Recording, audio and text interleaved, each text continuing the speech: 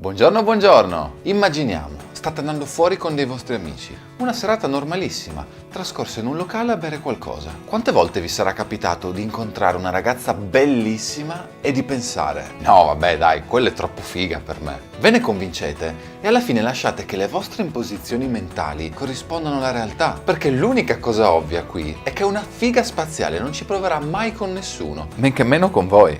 Io però credo che un uomo possa avere qualsiasi donna. O quasi. Donne, puoi averne quante ne vuoi.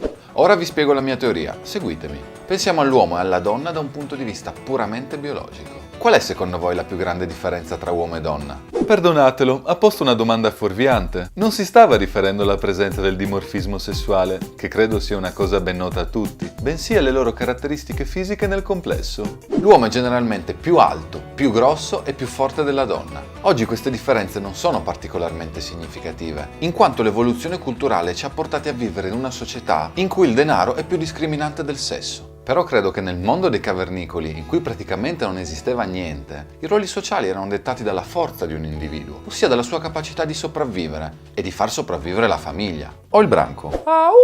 Quel che sicuramente sappiamo è che nel Paleolitico gli uomini cercavano di procurarsi carne e grasso con la caccia e con la cattura di tutti gli animali commestibili, mentre le donne si occupavano dei bambini e di raccogliere erbe, semi, frutta, radici e tuberi. Purtroppo nessuno è mai tornato indietro per raccontarci davvero come vivesse l'uomo allora. Però io penso che a quei tempi la donna fosse maggiormente interessata a quanto il suo uomo potesse proteggerla, piuttosto che a quanto fosse bello. Anche perché con tutti quei peli non so effettivamente quanto si riuscisse a vedere. E se la pensiamo sotto un altro punto di vista, provate ad immaginare quante donne avrebbe potuto mettere incinta in un solo anno un cavernicolo Casanova a quei tempi. Probabilmente centinaia, giusto? Ma ognuna di queste donne alla fine, nello stesso anno, avrebbe potuto avere solo che un figlio. Capite dove voglio arrivare? L'uomo è stato progettato per diffondere il più possibile il suo seme e la voglia fisica che generalmente ha è la diretta conseguenza del suo ruolo biologico. Donne, non prendetevela e non fraintendetemi. Non sto dicendo che voi non avete bisogni fisici, ma non potete neanche negare il fatto che rispetto all'uomo la componente fisica per voi sia molto meno predominante rispetto a quella mentale. E anche questo aspetto ovviamente è da imputare al vostro ruolo biologico. Portare 9 mesi in grembo il proprio figlio ed essere le uniche che possono allattarlo ed accudirlo nel suo primo periodo di vita. Queste sono solo alcune delle differenze che hanno fatto sì che l'uomo e la donna per millenni venissero percepiti come due entità diverse, con tutti i problemi che ciò ha comportato. Ma questa è effettivamente un'altra storia. Io comunque sono a favore della parità dei sessi. Alla fine, se ci pensate, è molto più probabile vedere una bella donna con un brutto uomo che il contrario. Ed è normale. Per l'uomo l'estetica è fondamentale perché i suoi bisogni sono riconducibili ad una necessità prevalentemente fisica. Willard Horley, un noto terapeuta familiare,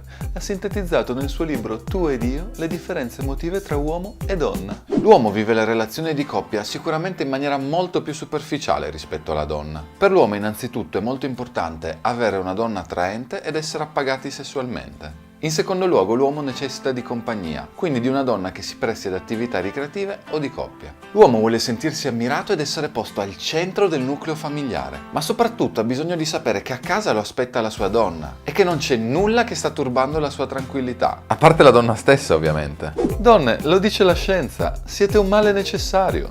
La donna invece dà molta più importanza ad altre cose. Desidera un uomo onesto e affidabile, che dia importanza alla famiglia e che possa essere un buon padre. Per quanto se ne dica, la sicurezza finanziaria che un uomo può offrire alla sua donna è al vertice delle sue priorità. Se una volta infatti la donna sceglieva l'uomo più forte, perché inconsciamente sapeva che avrebbe potuto proteggere lei e i suoi bambini, oggi la donna sceglie inconsciamente l'uomo che può permettersi di mantenere agevolmente la famiglia. E a differenza dell'uomo che ha bisogno di compagnia, La donna invece ha bisogno di complicità. la donna ha bisogno di conversare, di sentirsi amata ed ascoltata e soprattutto ha sempre bisogno di nuovi stimoli da soddisfare per continuare a sentirsi viva. D'altronde se l'uomo è un quadrato, la donna è un cazzo di poligono. Se non sono in cerca di nuovi stimoli loro, spiegatemi allora qual è il motivo per cui rispondono niente quando si chiede loro che cosa abbiano. Uomini, è ovvio, vogliono che le sorprendiate, che ci arriviate da soli, perché per loro la vostra complicità è più importante del sesso che potete offrire per fare pace.